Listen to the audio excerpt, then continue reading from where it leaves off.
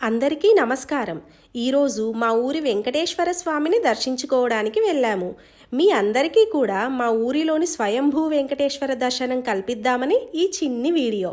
ఈ గుడి ఖమ్మం వరంగల్ హైవేలో నరసింహులాపేట మండలంలో హైవే నుంచి 5 కిలోమీటర్ల దూరంలో ఉంది. ఇక్కడ 2 కొండల మీద 2 దేవాలయాలు కలవు.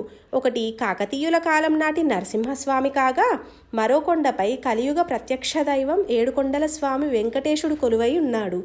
ఎంతో అందంగా ప్రకృతి ఒడిలో ఒదిగిపోయిన మా వెంకటేశ్వరుని వైభవం చూడడానికి 2 కళ్ళు సరిపోవు.